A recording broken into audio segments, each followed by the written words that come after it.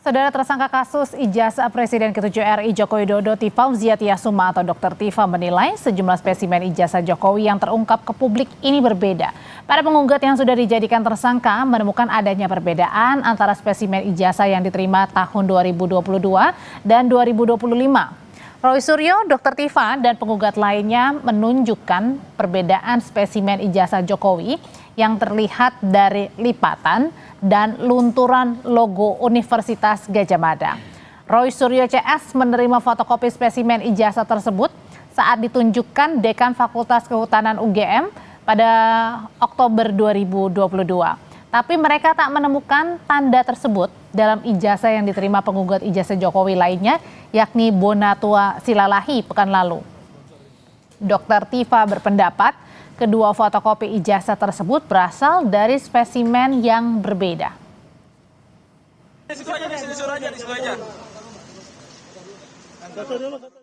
Dalam fotokopi A3 itu ya ada lipatannya. Ada satu detail yang sampai dengan hari ini masih kami simpan. Artefak itu adalah noktah pada logo Universitas Gadjah Mada. Noktah pada logo Universitas Gadjah Mada. Yang dulu kami bersengaja sampaikan itu kemungkinan tumpahan kopi, tumpahan teh. Tapi sejalan dengan waktu kami tahu bahwa itu adalah beleberan dari tinta. Beleberan dari tinta. Versi yang kedua keluar di tanggal 1 April 2025. Tidak ada lipatan dan logo dalam keadaan bersih tanpa ada beleberan tinta. Artinya, hipotesis kami mengatakan bahwa dua spesimen ini berasal dari dua spesimen yang berbeda. Lebih lengkap kita bahas terkait pernyataan Dr. Tifa dan para penggugat ijazah Jokowi bahwa adanya perbedaan dari spesimen ijazah Jokowi yang diungkap ke publik. Bersama dengan kuasa hukum Presiden ke-7 RI Joko Widodo ada Bung Rifai Kusuma Negara. Selamat malam Bung Rifai. Malam. Dan juga ada kuasa hukum Roy Suryo Abdul Ghafur Sangaji. Bang Sangaji, selamat malam. Selamat malam Mbak Audrey. Oke. Selamat malam Bang Rifai. Ya, saya mau nanya dulu nih ke Bang Sangaji. Bang Sangaji, jadi kali ini apa sih yang dipermasalahkan terkait dengan lipatan dan lunturan tadi di cap? Jadi gini Mbak Audrey ya, ijazah ini kan memang ijazah yang dari awal memang karena tidak ada transparansi, tidak ada akuntabilitas, juga tidak ada penjelasan dari Pak Joko Widodo, makanya urusan ijazah yang hanya selembar ini dan saya kira cuma satu-satunya di dunia yang menyita perhatian satu negara, itu kemudian akhirnya berkepanjangan gitu loh ya. Nah, semakin lama kita semakin menemukan fakta-fakta baru, semakin lama kita menemukan hal-hal baru, maka semakin banyak juga kejanggalan-kejanggalan itu muncul ya. Jadi yang ditemukan hari ini kan adalah salinan resmi ijazah Pak Joko Widodo yang pernah beliau gunakan sebagai calon gubernur DKI Jakarta, kemudian 2 kali calon presiden. Dan pada saat kami memohonkan itu di KIP, karena saya selaku salah satu anggota tim kuasa hukum dari Bang Bonatua, memang ijazah ini untuk kemudian kami dapatkan salinannya butuh perjuangan dan effort yang luar biasa gitu ya. Padahal sebenarnya hal yang sangat sederhana, hal yang sangat simpel.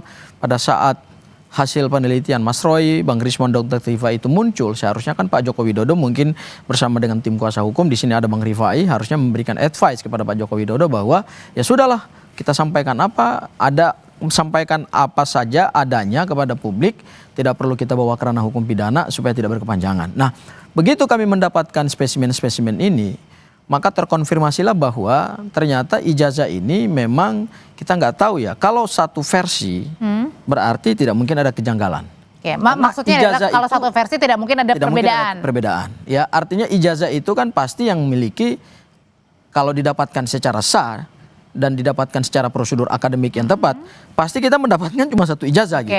Di fotokopi dalam bentuk apapun, mau A3, A4, ya kan, pasti bentuknya tetap sama, informasi yang ada di dalamnya juga tetap sama, ciri-ciri spesifik, ciri-ciri umum juga pasti tetap ada yang sama juga di dalam ijazah itu. Tetapi kemudian yang sekarang kami temukan adalah ada banyak sekali kejanggalan-kejanggalan dan kami nggak tahu nih, ini sebenarnya ijazah Pak Jokowi ini berapa versi nih?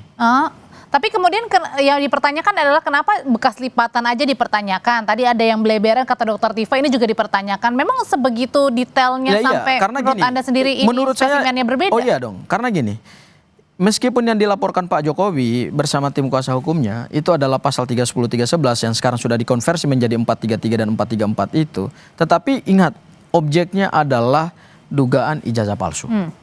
Kalau dugaannya ijazah palsu, berarti kita bicara tentang kebenaran dan keabsahan, keaslian, validitas suatu dokumen.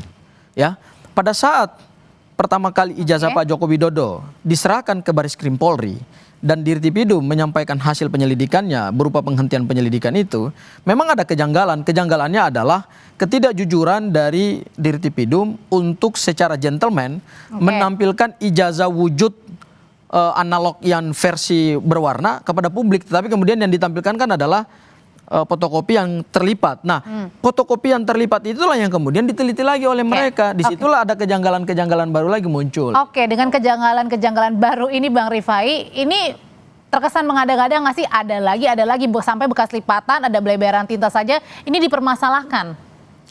Ya, pertama sebenarnya kalau kita ikuti dari pemberitaan yang muncul kan, ternyata apa yang disampaikan oleh Dr. Tifa dan Pak Roy beda dengan Bang Bonatua. Kalau Bang Bonatua sebagai pihak pemohon dan pihak yang menerima legalisir ini 3 lembar, 3 dokumen ya, dia menyatakan justru isinya identik. Ya. Tapi soal ukuran dan segala macam memang beliau tidak mendalami karena bukan tupoksinya. Tapi di sisi lain beliau menyatakan substansi ketiga legalisir ini identik yang diperoleh dari masa-masa pilkada maupun pilpres yang berbeda ya. Ini kan sebenarnya menjadi fakta menarik. Artinya apa? Bahwa selama ini Pak Jokowi selalu memenuhi persyaratannya saat mengikuti pilkada maupun pilpres. Kedua, ijazah Pak Jokowi berkali-kali berulang-ulang dilegalisir oleh UGM. Artinya UGM sendiri sudah pernah melihat ijazahnya dan sudah mengesahkan melalui legalisir. Bagaimanapun legalisir sebagai pertanggungjawaban UGM terhadap keabsahan dari fotokopi ijazah Pak Jokowi, dan itu berulang-ulang, bukan sekali 2 kali ya. Lalu yang ketiga juga yang menarik di sini adalah sebenarnya kan kalau kita kembali ke 2005, sekarang kan lagi mendalami lagi 2005 di Solo, kita ikuti saja, biar saja. Bahkan sebenarnya dokumen-dokumen itu sudah diambil kok oleh Barreskrim maupun Polda gitu ya. Nah sekarang bahwa di 2005 ini satu logika yang sebenarnya bisa pemirsa ikuti. 2005 itu Pak Jokowi bukan siapa-siapa loh. Ya. Masyarakat biasa, pengusaha ikut pilkada. Lawan apa? Waktu itu kontestannya ada 4 ya. Bahkan salah satunya adalah dosen farmasi UGM. Ya, lihat, silakan dilihat langsung di linknya KPUD Solo ya. Kalau saat itu Pak Jokowi menggunakan jasa palsu, sudah pasti digugat lah, sudah pasti digugat. Beliau belum kenal Kapolri, belum kenal Panglima. Nyatanya tidak ada persoalan berulang-ulang. Ini juga menjadi fakta bahwa selama ini jasa beliau yang menyebar di seluruh KPU maupun KPUD itu valid, disahkan oleh UGM dan tidak pernah ada persoalan. Oke, jadi intinya yang Anda ingin katakan bahwa kali ini hanya mengada-ngada aja tudingan-tudingan yang disampaikan. Lagi, apa yang disampaikan oleh Dr. Tifa tadi kalau saya lihat sekilas, dia kan membedakan objek yang berbeda, membandingkan objek yang berbeda. Objek hasil dari Bang Bonatua, dia bilang oke, nggak ada masalah, dibandingkan dengan yang ada lipatan di Barreskrim. Sebenarnya pertanyaannya, beliau tahu nggak itu dokumen dari mana? Itu arsipnya UGM. Nah, pertanyaannya apakah dulu sempat dilipat dulu fotokopinya lalu terbuka, itu kan persoalan lain. Jadi, karena lagi-lagi loh, ini kan dari fotokopi, mesin fotokopi berbeda-beda, belum mesin scan berbeda-beda. Bisa saja terjadi ada perubahan-perubahan terkait dengan penggunaan alatnya gitu ya. Tapi kalau untuk melihat asli tidak, sebenarnya paling sah itu adalah apa? Lihat ijazah asli Pak Jokowi, lakukan tes kertas, tes tinta, tes huruf, semua ukurannya dibandingkan dengan ijazah yang terbit saat itu yang paling sahih gitu ya. Jadinya tudingan-tudingan ini tidak beralasan begitu ya, bahwa ada temuan spesimen baru, perbedaan antara yang ditangkap. Usai jeda nanti kita akan lebih lengkap lagi membahasnya, tetap bersama kami di Sapa Indonesia Malam. Bang Sang Aji, jadi kalau Mas Roy CS ini sebenarnya mengatakan bahwa mereka ini sebenarnya tahu perbedaan ini sejak lama, pertanyaannya kenapa nggak dari awal aja mengatakan itu, kenapa baru-baru sekarang? Ya karena kita baru bisa mendapatkan dokumen yang resmi. Yang selama ini kan dibantah oleh teman-teman itu adalah dokumen yang diunggah oleh Dian Sandi itu kan bukan dokumen yang valid. Kemudian begitu kami mendapatkan spesimen berdasarkan permohonan sengketa informasi publik di KIP, kami mendapatkan yang Bang Bonatua punya. Ya, Bang Bonatua punya itu. Makanya disitulah baru pelan-pelan terbongkar. Nah, saya ingin menyampaikan satu fakta baru, bahwa ijazah Pak Joko Widodo ini memang secara dalam kalau kita teliti dan kita analisis, memang ijazah ini ya bermasalah gitu.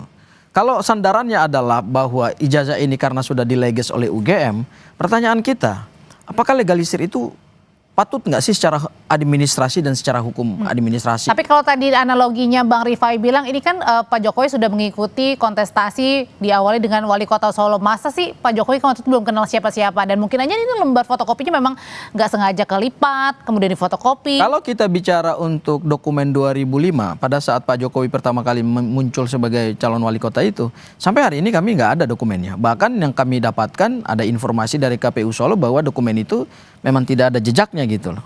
Seperti sudah dimusnahkan, itu hal yang pertama.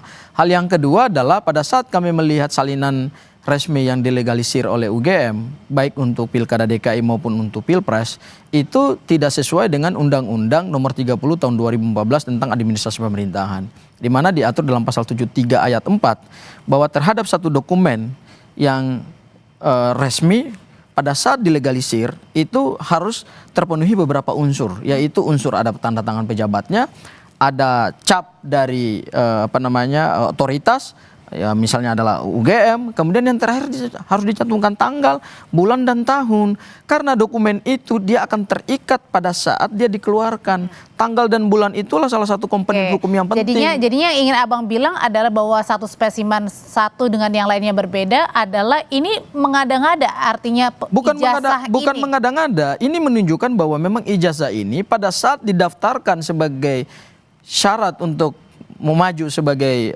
calon gubernur dan calon presiden, harusnya kalau menurut kami, kalau KPU mau jeli, harusnya dia kembalikan dokumen itu, dia minta supaya tetap dilegalisir secara patut berdasarkan Undang-Undang Nomor 30 Tahun 2014 tentang Administrasi Pemerintah, yaitu harus dicantumkan juga bulan, tanggal, dan tahunnya. Kalau itu nggak ada, harusnya kan ditolak oleh KPU. Sehingga dari awal kami melihat bahwa ini seperti ada satu konspirasi untuk meloloskan satu ijazah yang bermasalah ini sebagai persyaratan untuk mendapatkan jabatan publik gitu loh. Kami melihatnya ada konspirasi, entah dari pihak-pihak yang tidak bertanggung jawab. Emang benar Bang ada konspirasi?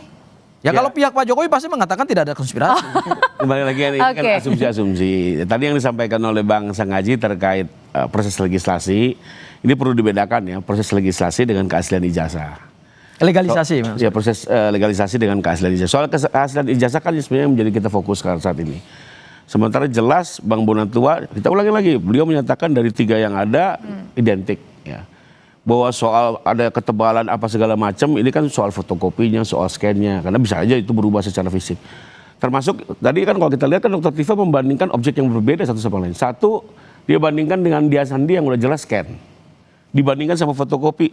Everybody knows dong kalau scan coloring, kalau fotokopi hitam putih. Bandingkan lagi dengan yang terlipat. Ya. Jadi terlipat ini saya bocorin. Terlipat itu datanya UGM.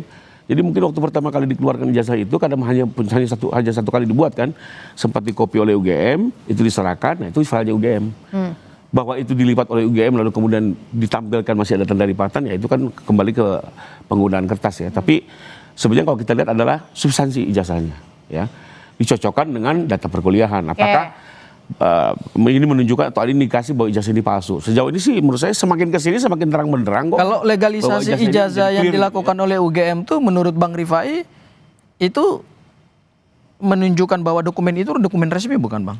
Tetap secara material, kita ngomong pidana material ya. Enggak, bukan. Saya ingin kejar dari sisi gini.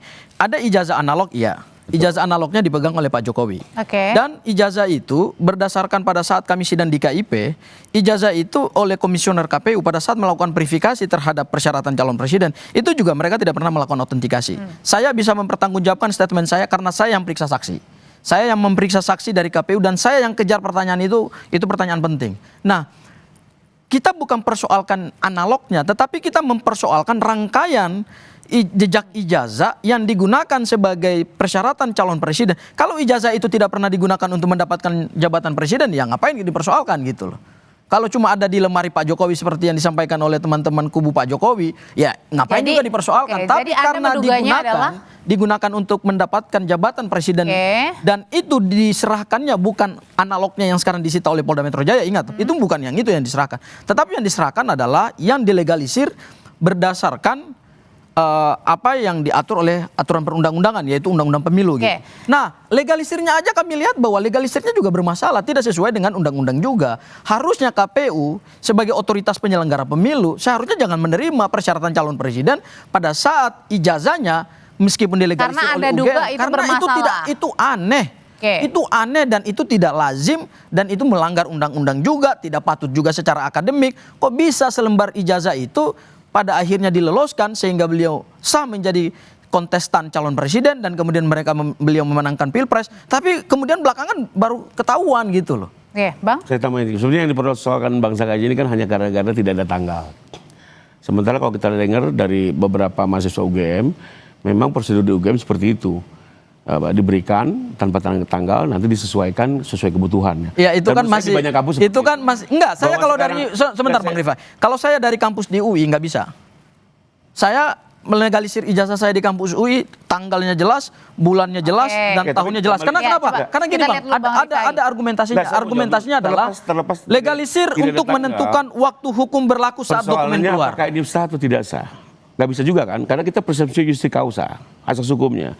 Tetap dinyatakan sah sebelum dibuktikan sebaliknya. Apalagi persoalan tanggal ini apakah benar membatalkan? Memang benar, itu nanti Kan, dibuktikan sah, dalam proses pengadilan. Nggak mau semudah Tetapi ijazahnya sampai hari ini, begitu kita dapatkan spesimen dari UGM juga, Nah, yang diserahkan ke yang- KPU, yang itu sekarang juga kita bermasalah, dalami ini kan menunjukkan bahwa dokumen memang asli. ijazah ini bermasalah Oke, dan bentar, patut Bang. Kita untuk dengerin dulu dipertanyakan. kata- Tidak, ini fokus kita Bang loh, Rifai, jangan lain-lain Mas juga Haji. yang lain, ini ke soal administrasi.